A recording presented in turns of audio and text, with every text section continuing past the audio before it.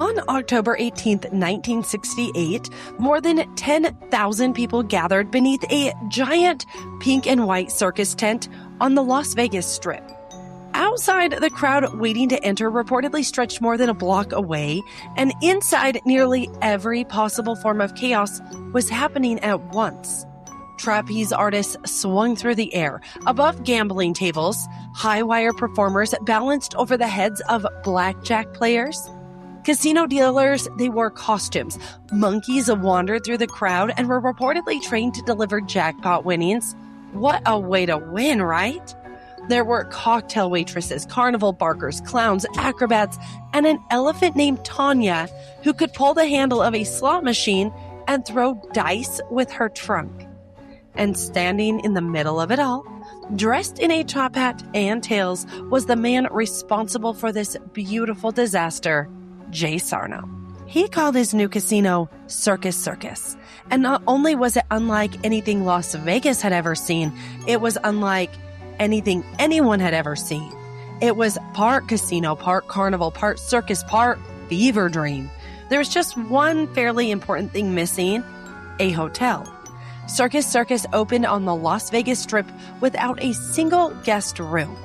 And somehow that wouldn't even be the strangest decision Jay Sarno made, because behind the clowns, elephants, and flashing carnival games was a much darker story, one involving secret loans, rigged Midway games, the Teamsters pension fund, organized crime, an infamous mob boss enforcer operating a gift shop inside the casino, an IRS bribery investigation, and a founder who would eventually lose control of his own creation.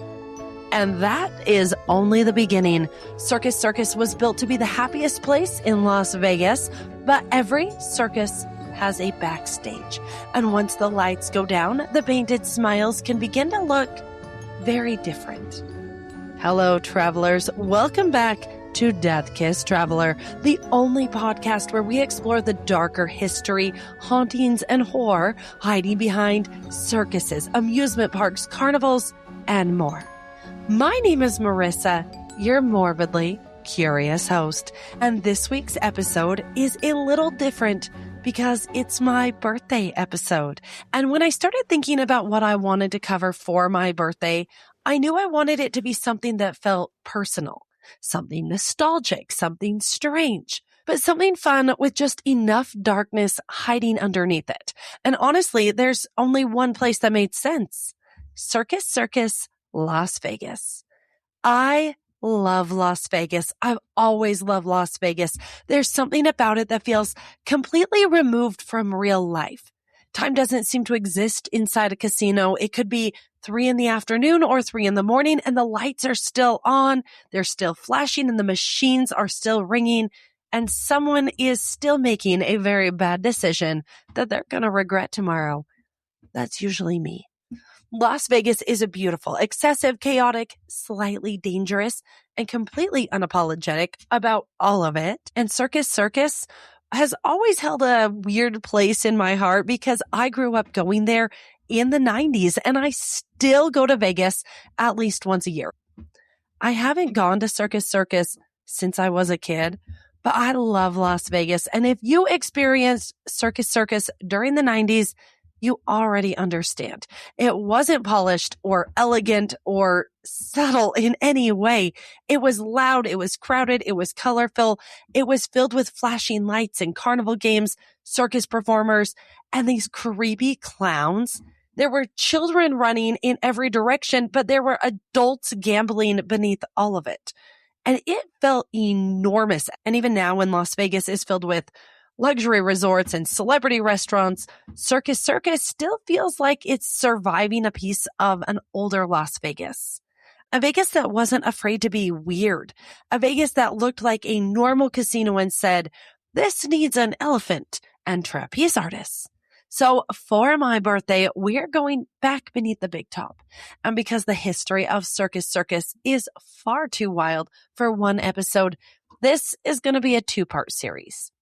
In part 1, we're going back to the beginning. We'll look at how Las Vegas became Las Vegas, meet the outrageous man who helped transform the Strip into a world of fantasy and walk into Circus Circus on its opening night in 1968. Then in part 2, we're going backstage. This is where we're going to get into the mob connections, the team master money, the IRS investigations, the crimes, deaths, accidents, disturbing incidents, and ghost stories that are all associated with Circus Circus. As always, I'm trying to separate the documented history from the rumors because the real story is usually strange enough. Before we begin, make sure you are following Death Kiss Traveler on Instagram or TikTok. I'm going to share photos, historical videos, episode extras, and pieces of history that don't make it into the podcast. And if you grew up visiting Circus Circus, or if you have a strange, funny, or creepy memory from the property, I want to hear it. Leave a comment or send me a message. Go to my website at deathkisstraveler.com because Circus Circus seems to be one of those places everyone remembers differently. Some people remember the circus acts. Some people remember the Adventure Dome. That's what I remember. And these weird clowns. And some people remember walking through the casino late at night and thinking you are going to die of all of the smoke in the air. I still remember that smell. It was so strong. So grab a birthday drink on me, bring your cotton candy and popcorn and your bucket of coins into the circus tent because we're going to the greatest show in Vegas. Before there was a strip, before there were casinos, and before anyone decided to put an elephant beside a slot machine, the Las Vegas Valley was known for something that feels impossible today. Water. The image we have of Las Vegas is a city somehow dropped in the middle of a lifeless desert. But the valley was never empty. There are natural springs created. The natural springs there created green meadows in the desert. The water attracted wildlife and sustained indigenous communities long before any railroad tracks, casinos, or neon lights. The Southern Paiute used the valley as a seasonal homeland, raising small crops near the springs and moving through the valley land. The springs would eventually give Las Vegas its name. Las Vegas is Spanish for the meadows, which is almost funny when you look at Las Vegas today because there is nothing about standing on Las Vegas Boulevard in August that makes you think, oh, what a lovely meadow. But centuries ago, those patches of grass and flowing water made the valley an essential stopping point for anyone attempting to cross the surrounding desert. By the 1930s, the area had become an important stop along the Old Spanish Trail, and it was a difficult trade route connecting Santa Fe and Los Angeles. Traders came through, mountain men came through, immigrants came through, and according to the Nevada State Parks, so did horse thieves. So even before Las Vegas had gambling, showgirls, and complimentary drinks, it already had attracted an interesting crowd. The water offered travelers a chance to rest, replenish supplies, and prepare for the next unforgiving stretch of desert. But wherever there is water, someone eventually tries to control it. Isn't that what's going on now? History repeats itself. In June of 1855, 30 Mormon missionaries led by William Binghurst arrived in the valley. With assistance from local Paiute people, they began constructing an adobe fort beside the creek. The fort was substantial. Its exterior walls measured approximately 100 feet long, and there were two-story buildings constructed inside. The missionaries diverted water from the creek, planted crops, and attempted to establish a permanent settlement. It did not go well. The crops struggled. A nearby lead mining operation failed to produce what they had hoped. The missionaries argued among themselves, and by March of 1857, less than 2 years after arriving, they abandoned the fort. Las Vegas had already experienced its first failed attraction. But the buildings remained, and over the next several decades, the property passed through several hands before it became a ranch owned by Octavius Grass. Grass eventually lost the ranch after he failed to repay a loan to Archibald Stewart. Stewart moved his wife, Helen, and their children to the property. But his time there was short. In 1884, Archibald Stewart was killed during a gunfight at the nearby Keel Ranch. Helen Stewart was suddenly left alone with children and an isolated ranch in the desert. But instead of abandoning it, she took it over. Good for her. For nearly 2 decades, Helen managed the ranch, expanded its operations, and became an important figure in the valley. Then in 1902, she sold the property, including the land that would eventually become downtown Las Vegas, to San Pedro, Los Angeles, and Salt Lake Railroad. That sale changed everything. The railroad needed a reliable stopping point between Southern California and Salt Lake City, and the Las Vegas Springs made the valley ideal for refueling steam locomotives. On May 15, 1905, the railroad auctioned off lots from approximately 110 acres of land beside the tracks. Hundreds of people arrived. Some came looking for work, others were looking for land, and some undoubtedly came looking for whatever opportunities tend to appear when hundreds of strangers suddenly gather in a place without many rules. That land auction is now celebrated as the official birthday of Las Vegas, which means Las Vegas and I both have birthdays connected to this episode. Although Las Vegas is significantly older and has made far more questionable decisions. Maybe. The early town was not glamorous. It was dusty, brutally hot, and built around railroad workers, miners, and travelers. But almost immediately, the people planning the town understood something essential about human behavior. If you put exhausted workers in the middle of the desert, they're going to want somewhere to drink. One section of the new town site, Block 16, was designated for saloons. The lots, tents, and rough wood buildings appeared almost overnight. The saloons were soon joined by gambling and prostitution, creating Las Vegas's first concentrated vice district. Block 16 became the place respectable citizens claimed to disapprove of, while quietly benefiting from the money it brought into town. The Arizona Club became its most famous establishment. It had a large saloon downstairs and rooms upstairs where women worked. By the 1920s and 30s, an estimated 20 to 40 women were working on the block. It was noisy, profitable, and periodically described as lawless. In other words, the basic Las Vegas business model was already taking shape. Create a controlled environment where people can behave badly and take their money. By 1910, Nevada had outlawed most gambling, but banning gambling and stopping gambling are two very different things.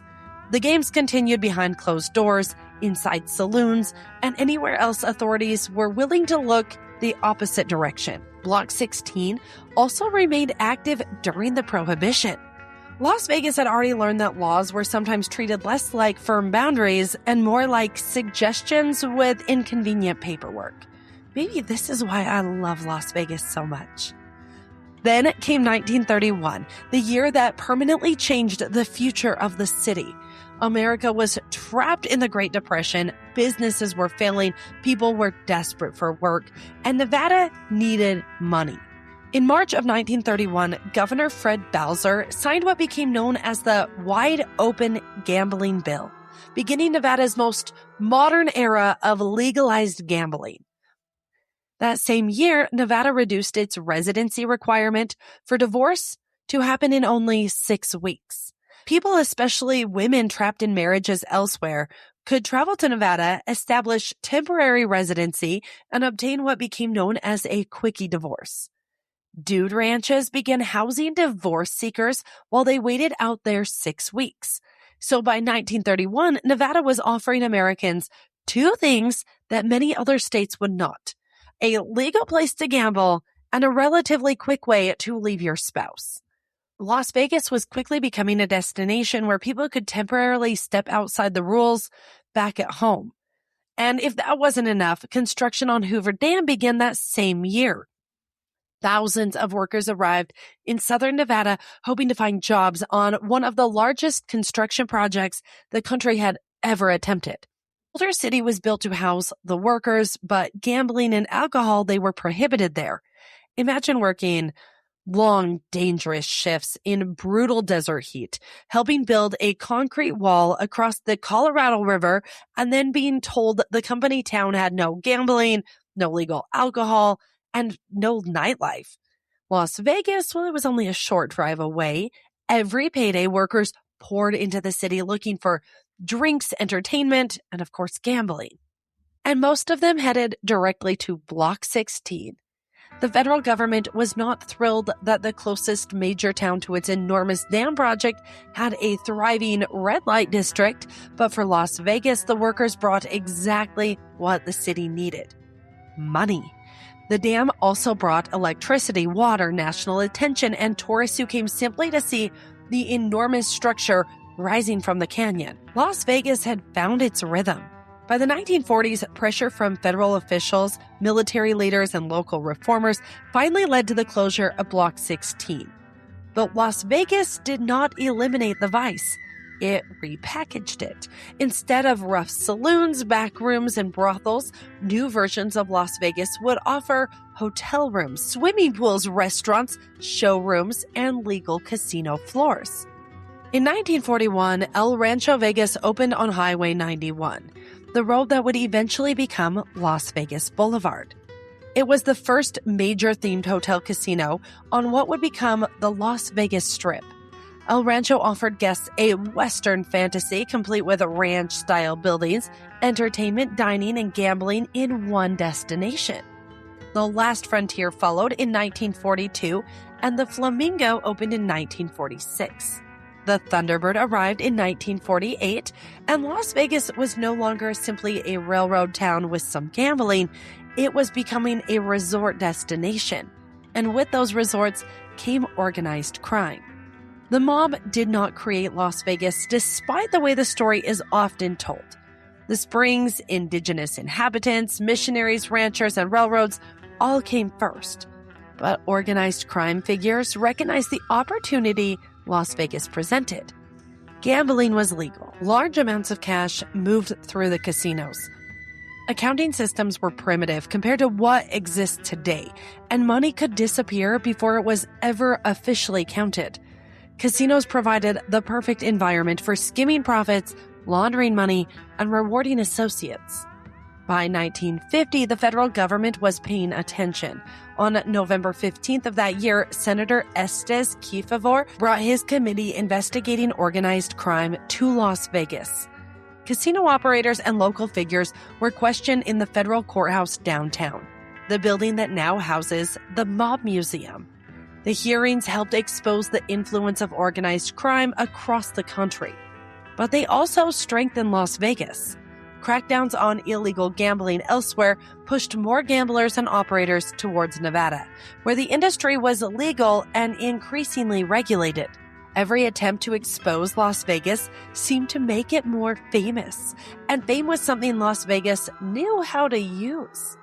The 1950s turned the city into a glowing combination of glamour and danger.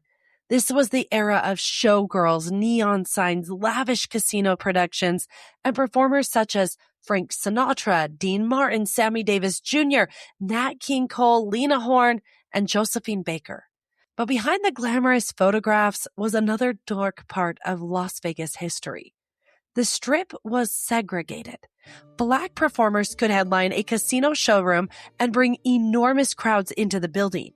But many could not stay in the hotel where they performed. They could entertain white guests, but they could not freely eat in the same restaurants, or gamble on the casino floor, or swim in the same pool. After a show, some of the biggest stars in America were forced to leave the Strip and find accommodations in the historic West Side. It was not casino owners or the Rat Pack alone who changed that system. Las Vegas's Black community and local leaders, Black performers, pushed the city toward integration. In 1960, there was a very visible protest on the Strip if the casinos didn't change. Las Vegas sold itself as a carefree paradise. Casino owners understood that images of civil rights protesters being mistreated beneath their neon signs could damage that fantasy and their profits. Negotiations followed, and the Strip began integrating. At the same time, Las Vegas was turning something far more frightening into entertainment. And this part of the story, I had never heard of Las Vegas, and it's really wild. Beginning in 1951, the United States conducted atmospheric nuclear tests at the Nevada test site, approximately 65 miles northwest of Las Vegas. The flashes could be seen from the city. Mushroom clouds rose over the desert, and instead of trying to hide this reminder that humanity had invented a weapon capable of destroying entire cities, Las Vegas marketed it.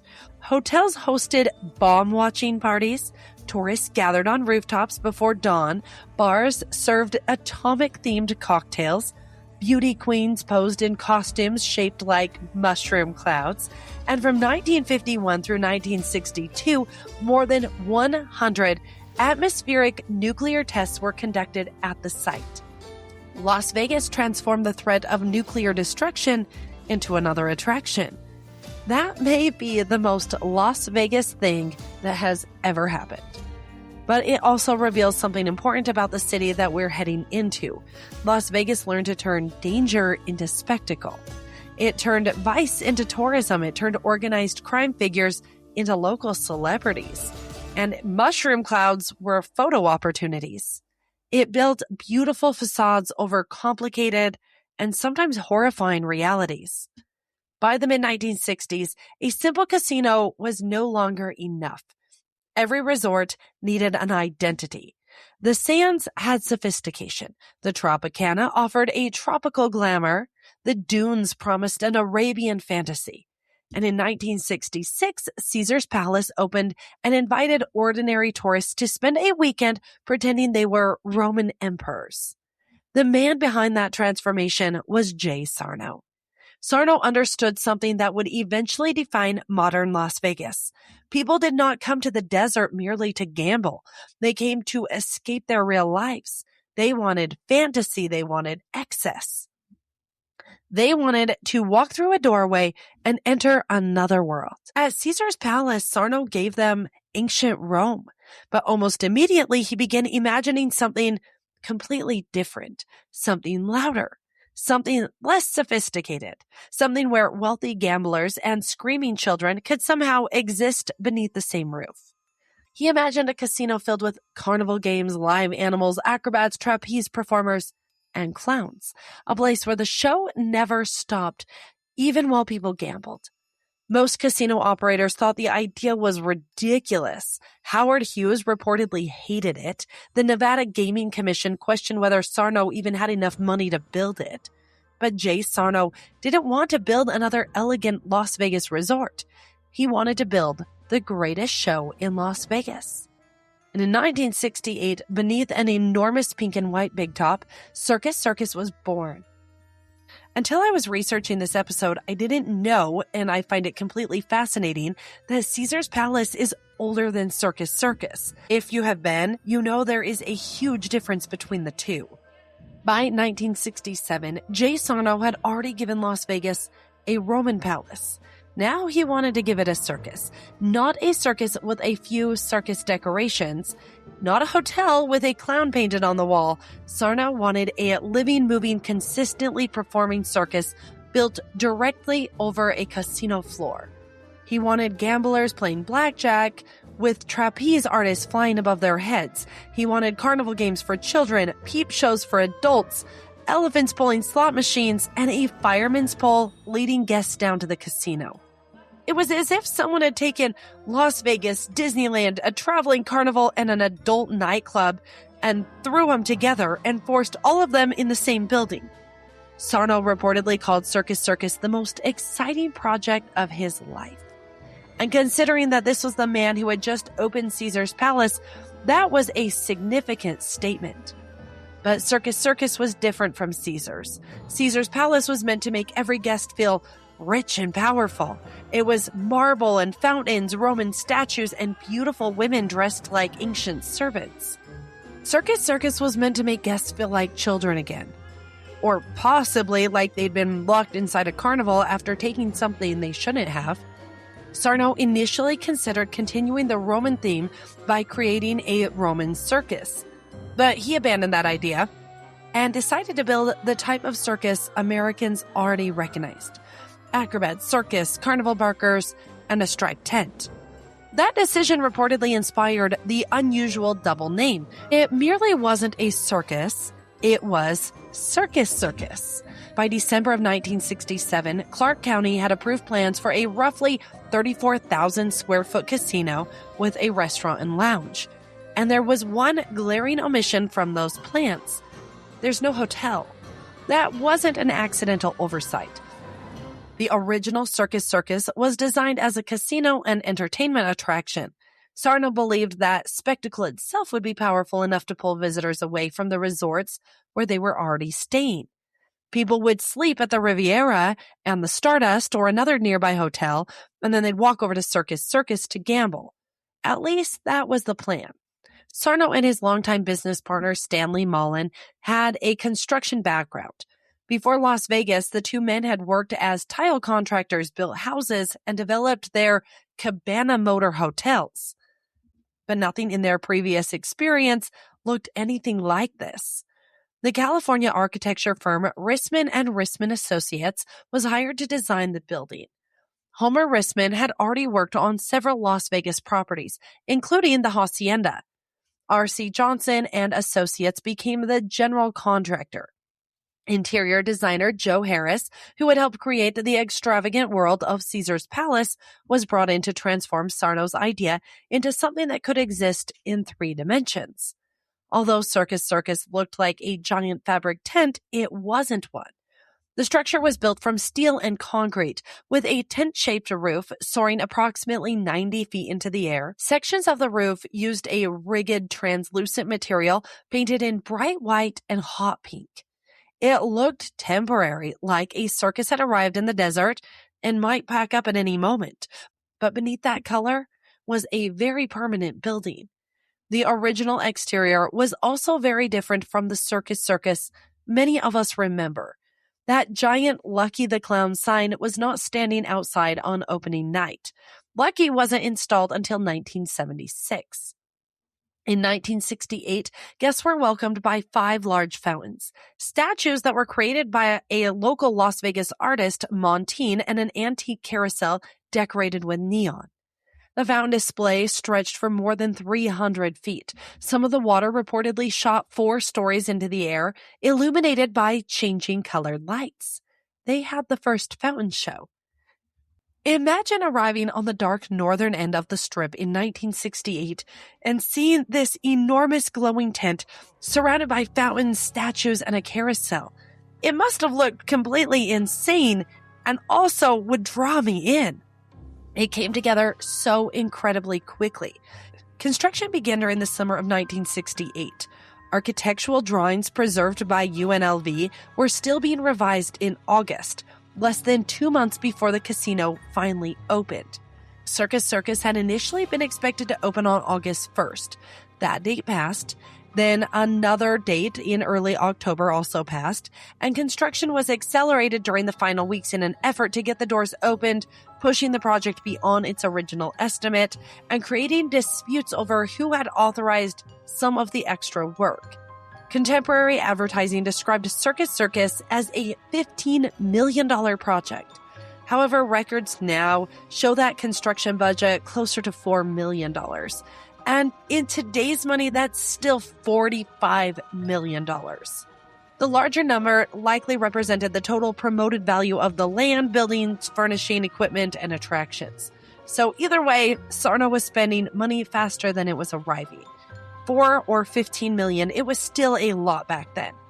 The Nevada Gaming Commission had already expressed concerns about whether his group had enough financing to complete the project. Circus Circus was being built on spectacle, confidence, and a rapidly shrinking pile of cash. I need to add, since this is Death Kiss Traveler, and I'm trying to clean up rumors, there is no credible newspaper report, official record, or established historical source confirming that a worker died during construction. So if you see a haunted Circus Circus story claiming that the ghost of a construction worker still wanders, be careful. It's probably not true. Unless new document surfaces, that belongs in the rumor category, not the history. And honestly, the verified story of Circus Circus, well, that's weird enough. So I don't want to invent dead construction workers. The building's layout was designed to make entertaining Circus Circus feel like stepping into another world. Guests originally entered on the upper floor level, where they encountered an arcade, games, shops, funhouse mirrors, food, nursery facilities, and carnival concessions. The second floor midway wrapped around an opening that overlooked the casino below. Children could play games while their parents gambled in full view underneath them. And if guests wanted to travel from the upper level to the casino, they didn't have to use an ordinary staircase. Sarno offered them a slide, or a fireman's pole, or a long ramp wrapped around a performance area. Because nothing says sophisticated night of gambling quite like tucking your nice clothes underneath you and sliding directly toward a blackjack table. That sounds like so much fun. One reporter who tried the slide on opening night wrote that the experience left her shaking for 10 minutes. And the slide wasn't even the most alarming part of the original design. Sarno wanted the moment guests entered Circus Circus to be an assault on every sense. There would be jugglers, fortune tellers, unicyclists, trampoline performers, marching bands, and men spinning plates. Trapeze and high wire acts would take place directly above the casino, not beside the casino, not safely enclosed in a theater. They were over the gamblers. Nets were suspended above the tables, meaning guests could look up from their cards and see aerialists flying through the air. Sarno insisted the performances wouldn't distract the gamblers, but that was incorrect. And get this, he also wanted topless trapeze artists and topless Shoshone women. The Nevada Gaming Commission rejected both ideas, which is a sentence that tells you just how far Sarno had pushed things. Regulators apparently decided that topless women flying over a blackjack table crossed some kind of line. I mean, who wouldn't find that distracting? And fast forward 30 seconds if you have kids in the room, but this is hilarious. Circus Circus still included a peep show and another game where customers threw baseballs at a target connected to two beds occupied by topless women. If a player struck the target, the women would fall from the beds and begin dancing. 3 throws cost $0.25. And I can't get through that without laughing. That is hilarious. Children were also invited to play on the Midway nearby. So Circus Circus was advertised as a place for the whole family with a nursery, carnival games, topless entertainment, and adults gambling directly below. The modern idea of family-friendly clearly had not been finalized. The casino floor was filled with more slot machines than most serious casino operators thought necessary. Circus Circus opened with approximately 686 of them, along with 19 blackjack tables, 8 craps tables, and 2 roulette wheels. At that time, many casino executives treated slot machines as minor distractions rather than serious gambling. Sarno saw something different. He believed that the bright lights, mechanical movement, and accessibility of slot machines fit perfectly beside his carnival. And he was right. Years later, slots would become the largest source of casino gambling revenue in Nevada. Circus Circus also included multiple bars and restaurants, including Cafe Metropole and one of Sarno's greatest culinary creations, the Diet Buster. For $1, guests could eat as many cakes, pies, donuts, and ice cream sundaes as they could handle, with coffee, tea, and milk included. There was also an all-you-could-drink beer experience where guests could build their own sandwiches. This was a Vegas excess stripped of any attempt at dignity. Eat all the pie, drink all the beer, make your own sandwich, slide down a chute, then gamble beneath a trapeze artist, and go to a peep show. Sarno understood his audience. After months of delays, construction problems, and financial concerns, Circus Circus was finally ready. Governor Paul Laxalt proclaimed it Circus Circus Premiere Week. On October 18, 1968, politicians, celebrities, performers, and members of the media gathered outside the enormous pink and white Big Top. The opening began with an invitation-only costume party. Sarno arrived dressed as the ringmaster, wearing a top hat and tails. He stood before a massive streamer with an oversized pair of ceremonial scissors. When he cut it, the fountains came to life. Approximately 5,000 balloons were released into the sky, and Sarno led his guests inside. And because walking down a staircase would have been far too ordinary, he reportedly entered his own casino by going down the slide. Around 1,500 invited guests poured in behind him. Nevada Senators Alan Bible and Howard Cannon attended. Senators and the mayor were there. Film stars, local officials, and reporters wandered through the crowd while circus performers flew above them. Then at 10 p.m., Circus Circus opened to the public. The waiting line reportedly stretched more than a block away, with people standing 4 across. More than 10,000 people attended the opening night celebration, and some reports claimed as many as 26,000 people entered during the casino's first 8 hours. For a few hours, Circus Circus looked like an enormous success. The casino was packed, the slot machines were ringing, performers swung over the tables, the Midway was filled with carnival games. Marching musicians appeared without warning, women traveled around the building in an elevated attraction described as monorail of beauty. The flying cabaretas performed above the casino floor. Small elephants were led through the crowd for guests to pet or ride. There was a trained monkey that reacted to slot machine wins or losses. There was another monkey that was trained to retrieve merchandise from a small store. And a costumed character known as the Ape Man wandered through the building. Unfortunately, the Ape Man had a tendency to frighten the customers. Imagine paying to enter a casino, losing money at a slot machine, and then being startled by a hairy creature wearing a suit. That might be the most accurate metaphor for gambling ever created, right? Some of the property's most famous animal attractions, well, they arrived later. Tanya the elephant, known for throwing dice and pulling slot machine handles, became a part of the Circus Circus spectacle around the 70s. There was also stories about baby elephants being carried over the casino in an elevated tram, creating the appearance of flying elephants. The flying elephant story has been repeated for decades, but the details, they vary. Surviving photographs and accounts confirm elephants were present inside Circus Circus, but exactly how often they flew above the casino, that is less clear. It looks like it was more of a publicity stunt than something that happened continuously. At least we hope not. Still, even without airborne elephants, opening night, it was chaos. It was colorful, loud, excessive, and unlike anything in the casino world. It was also filled with problems that became obvious almost immediately. Circus Circus attracted crowds, but crowds and profitable gamblers are not necessarily the same thing. Serious gamblers didn't enjoy trying to concentrate, while marching bands, monkeys, and trapeze artists competed for their attention. The upper-level Midway brought families into the building, but many parents were watching their children instead of spending money at the tables. Circus Circus also charged admission. Locals paid $1. Out-of-state visitors paid as much as $2. That doesn't sound like much now, but at Circus Circus, a gourmet dinner with wine could cost $2.50. Guests were essentially being asked to pay almost the price of dinner for permission to enter a casino, where they were expected to spend and lose money. Las Vegas visitors were accustomed to casinos tempting them through the doors with inexpensive food and free entertainment. Circus Circus put a ticket booth in their way, and once guests were inside, they had nowhere to stay.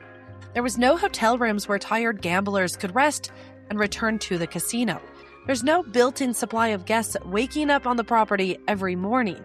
When visitors became exhausted by the constant noise and movement, the only way to escape was to leave Circus Circus entirely. Jay Sarno had built one of the most attention-grabbing casinos in history, but he hadn't given people a reason to stay there. Behind the scenes, the construction bills were arriving. By the end of 1968, Circus Circus reportedly owed more than $1 million in construction debt. Sarno's company disputed some of those bills, claiming that approximately $271,000 of them were additional work that had never been pre-authorized. The Gaming Commission refused to grant Circus Circus a permit license until its financial problems were resolved. The greatest show in Las Vegas had been open for only a few months, and regulators were already discussing the possibility of making it close. The crowds had come, the balloons had been released, But underneath the big top, Circus Circus was bleeding money. And Jay Sarno was about to discover that when legitimate lenders stop answering the phone, there are always other people willing to offer to help. People whose money comes with very different conditions. The circus had officially arrived in Las Vegas, and soon so would the mob. The casino was operating under temporary extensions while regulators examined its finances. That meant that the most spectacular new casino in Las Vegas could be forced to close down, not because people weren't interested in it, because Jay Sarno couldn't prove that he had enough money to keep it alive. In April of 1969, regulators discovered that Circus Circus had received loans that had not been properly reported to the state. These were not yet the famous Teamster loans that would finance the hotel. We'll talk about those later. These were separate, earlier transactions that raised questions about where the casino's money was coming from and whether every financial interest in Circus Circus had been disclosed.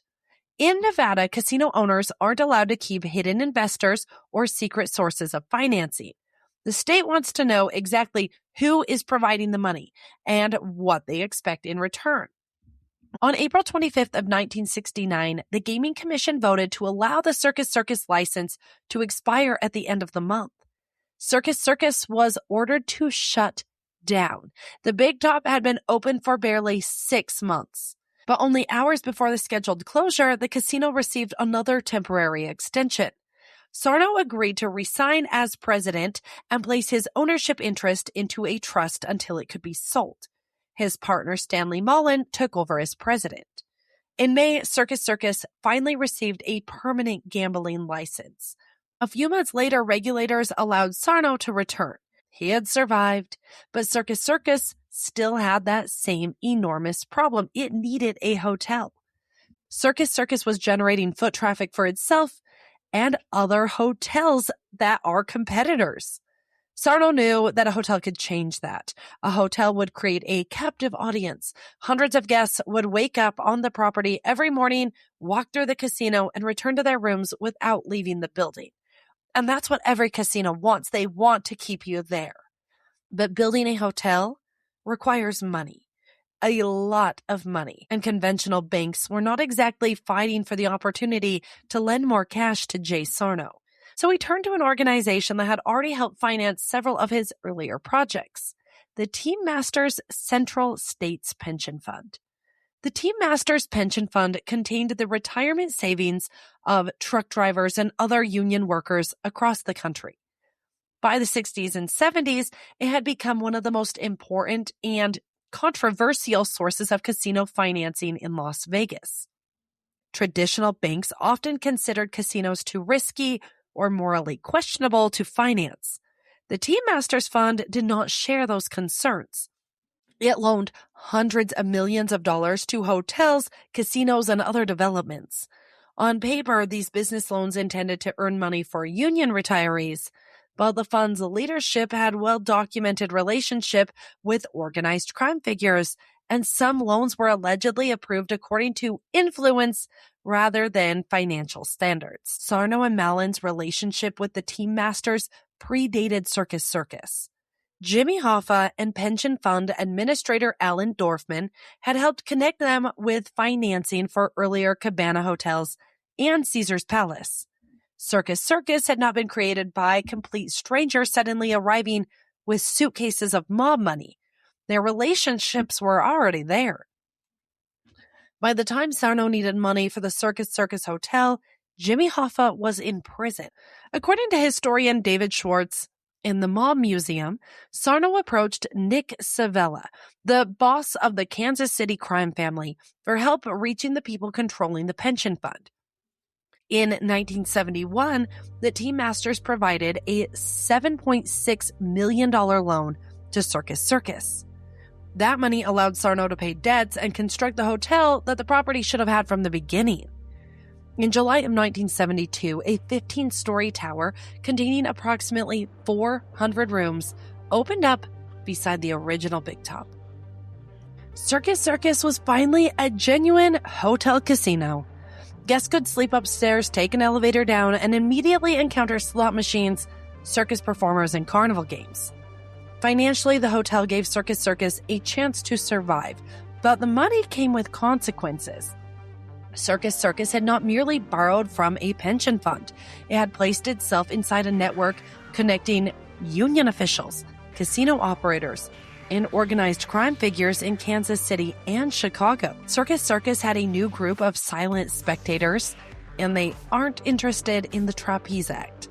To understand what reportedly happened next, we need to talk about casino skimming. A casino takes in an enormous amount of cash. Before modern surveillance, digital accounting, or computerized tracking, money moved through slot machines, gaming tables, cashier cages, and counting rooms. If someone removed part of that money before it entered into the official accounting records, the cash essentially disappeared. The casino never reported earning it, so then no taxes can be paid on it. And the unrecorded money could be packed into envelopes or suitcases and delivered to the people who weren't legally listed as owners. That's a scam. The casino could be busy and profitable while its official records showed far less income. The legitimate business paid the expenses. The hidden investors collected the unreported cash. According to the Mob Museum's history of Circus Circus, money was skimmed from the casino and sent to organized crime in Kansas and Chicago. The operation was reportedly supervised by Carl Thomas, an associate in the Kansas City organization. Thomas later testified in a separate 1979 case that he had participated in skimming money from Circus Circus. The exact amount taken from Circus Circus is unclear. I could not really find a reliable total, and I don't want to combine Circus Circus with the better documented multi-million-dollar skim involving the Stardust, and then there's other casinos. I feel like I could start a whole podcast on casinos and Las Vegas alone. The stories are absolutely crazy. What is documented is that Circus Circus had become financially entangled with people linked to organized crime, and that cash was reportedly being removed from the casino before it reached the official books. While children played skee-ball upstairs and elephants wandered through the casino, money was quietly leaving through an entirely different route. The most visible signs of the mob's influence wasn't hidden in an accounting office. It was sitting inside the casino, selling jewelry and souvenirs. In 1971, the Chicago outfit sent Anthony Tony the Ant Spilotro to Las Vegas to protect its interests. If you are born before the 1980s, that name might sound familiar. Spilotro inspired the fictional character Nicky Santoro, played by Joe Pesci in the movie Casino.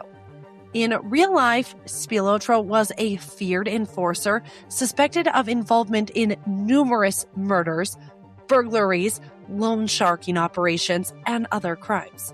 He was repeatedly arrested but never convicted of murder. And for a time, the notorious mob enforcer operated a jewelry and gift shop inside Circus Circus.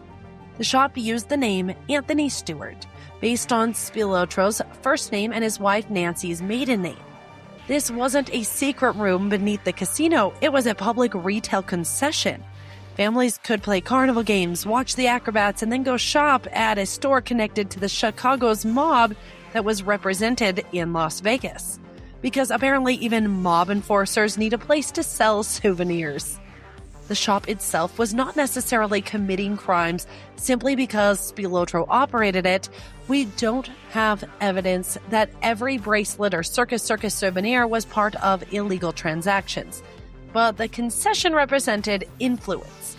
It gave him a legitimate business presence inside the property and demonstrated that people connected to the Teamsters financing expected access to the casino. They wanted to see what's going on. And this is one of my favorite or maybe most disturbing details in Circus Circus history.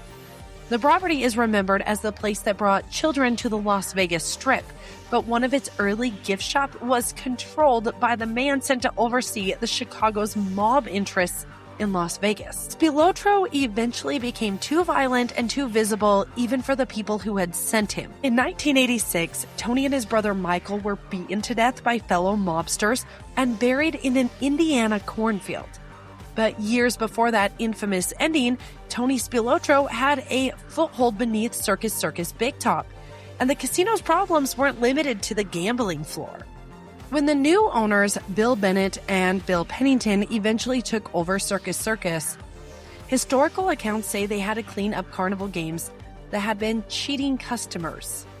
Some of the original Midway concessions were reportedly crooked. We don't have a surviving list naming every rigged booth, but one winner was handed a deck of cards so blatantly marked that every card could be read from the back. Complaints serious enough that when Bill Bennett and Bill Pennington arrived in 1974, they shut the questionable operations down and they brought the Midway under hotel control.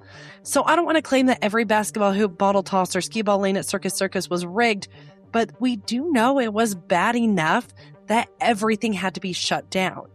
Many were ordinary games with already difficult odds, the same type of games that are found at fairs and carnivals across the country. But the fact that incoming management reportedly had to remove dishonest practices tells us at least that some Midway concessions were doing more than merely offering games that were difficult to win. And in the beginning of Circus Circus, they used outside concessionaires for many attractions. That arrangement allowed unusual entertainment to fill the building quickly, but it also made the Midway harder to control. A carnival operator could alter equipment, use misleading rules, or create the appearance that a prize was easier to win than it really was. And Circus Circus had offered an astonishing promise.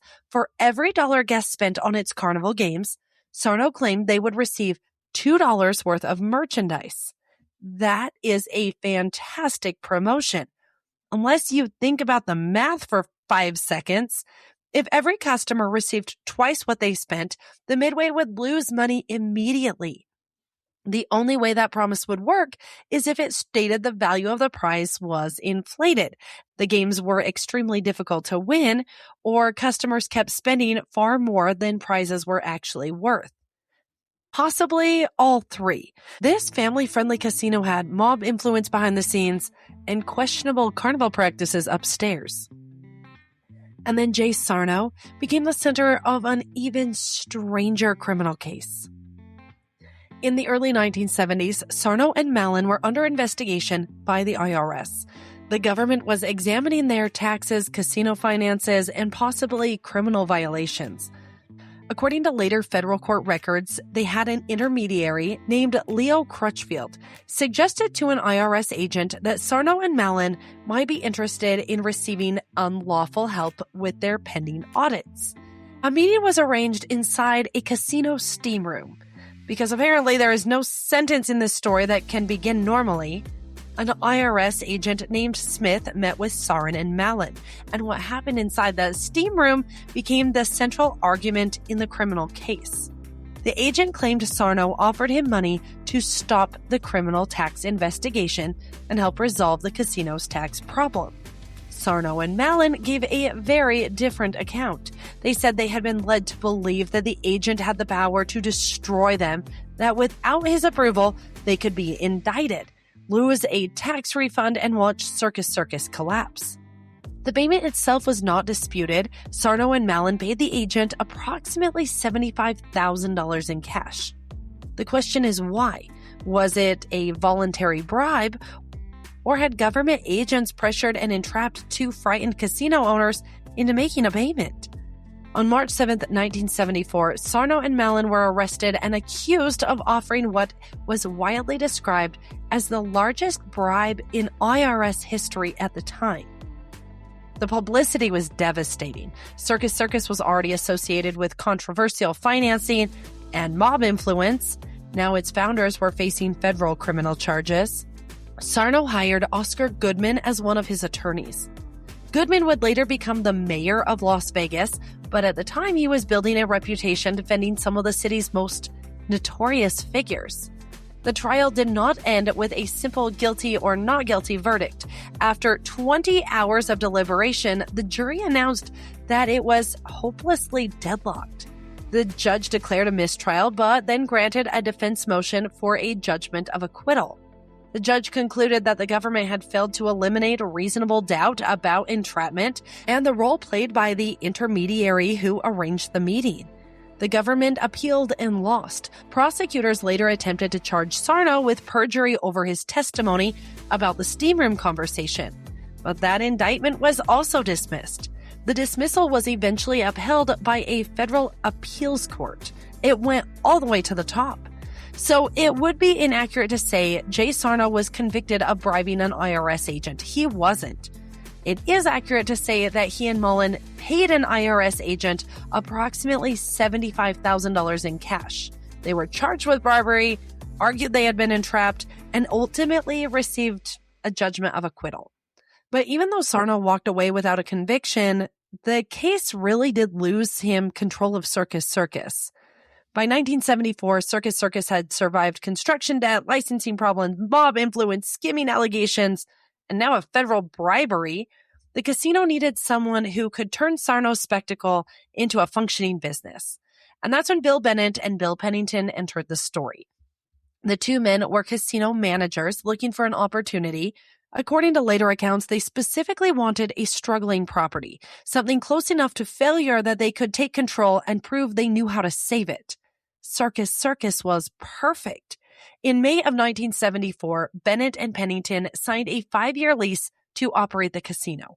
Sarno remained the landlord and retained a private studio on the 14th floor, but he was no longer running his circus.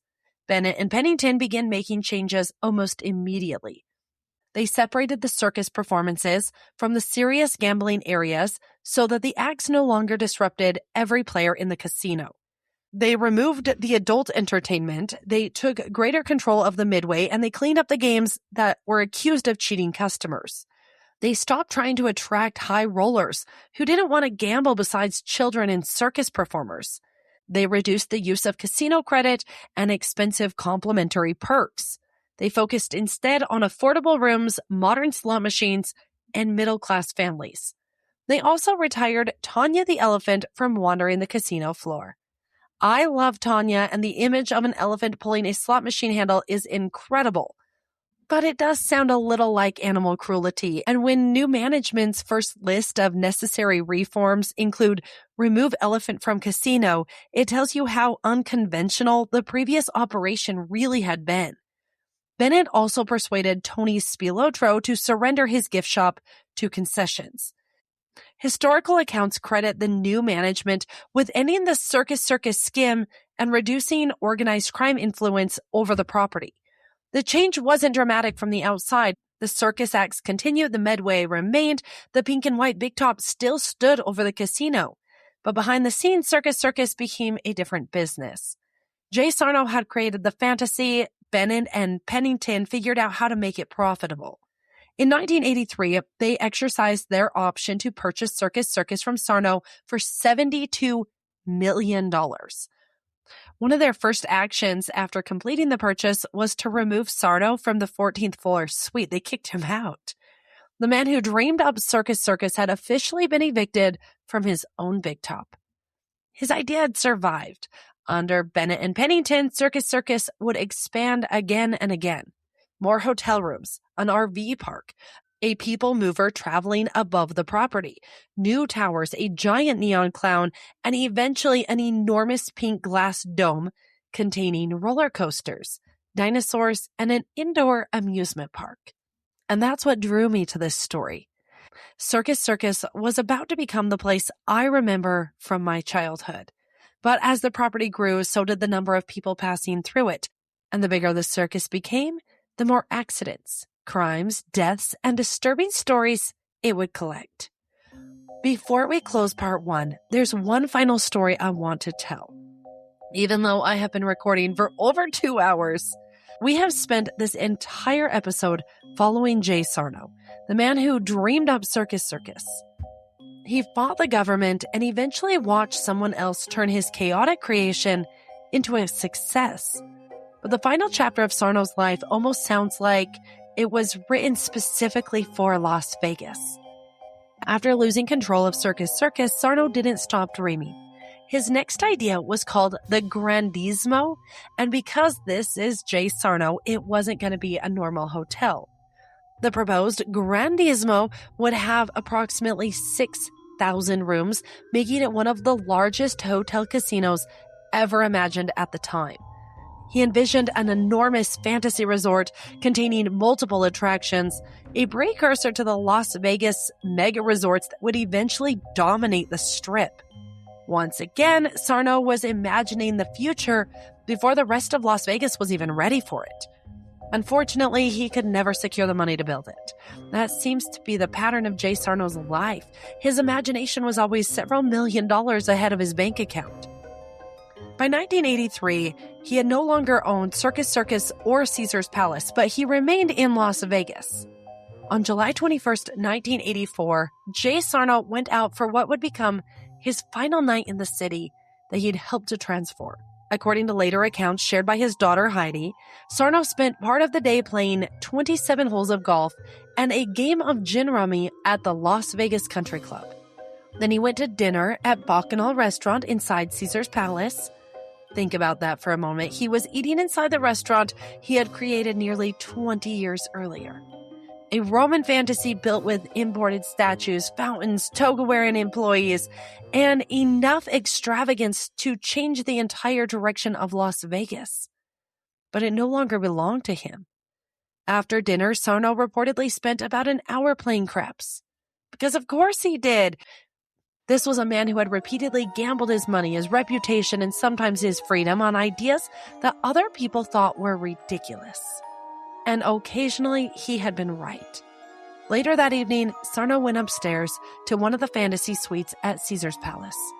According to his daughter, he was accompanied by a woman, and sometime that night, Jay Sarno suffered a fatal heart attack inside the hotel he had built but no longer owned. He was 62 years old. There is something almost painfully appropriate about it.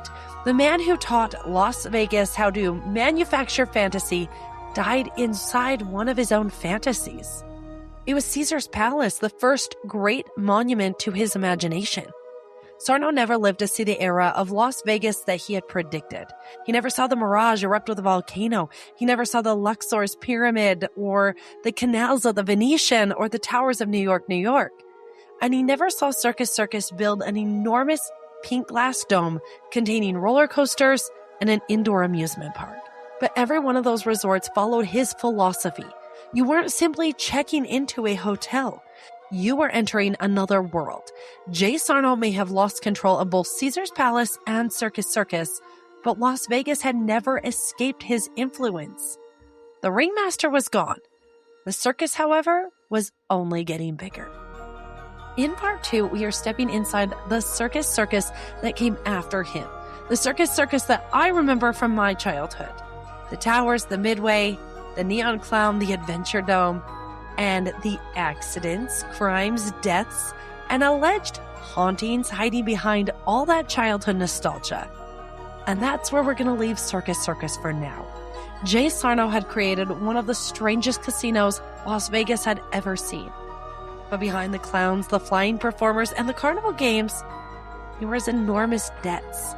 Money, alleged skimming operations, organized crime, and federal investigations that nearly brought the circus down. And in part 2, things are going to get much darker. So until then, follow Death Kiss Traveler on TikTok or Instagram. Subscribe wherever you are listening. Send this to a person who also loves Las Vegas history. Thank you for celebrating my birthday with me and my lifelong love of Las Vegas. I'll meet you beneath the Neon Clown in part 2 next Friday. I'll see you there. This episode is written and researched by me, Marissa, produced by Sunkissed Traveler. Are you ready for a vacation? How about a trip to fabulous Las Vegas? Wherever you want to go, Sunkissed Traveler can help. See show notes for details or visit sun-kissedtraveler.com.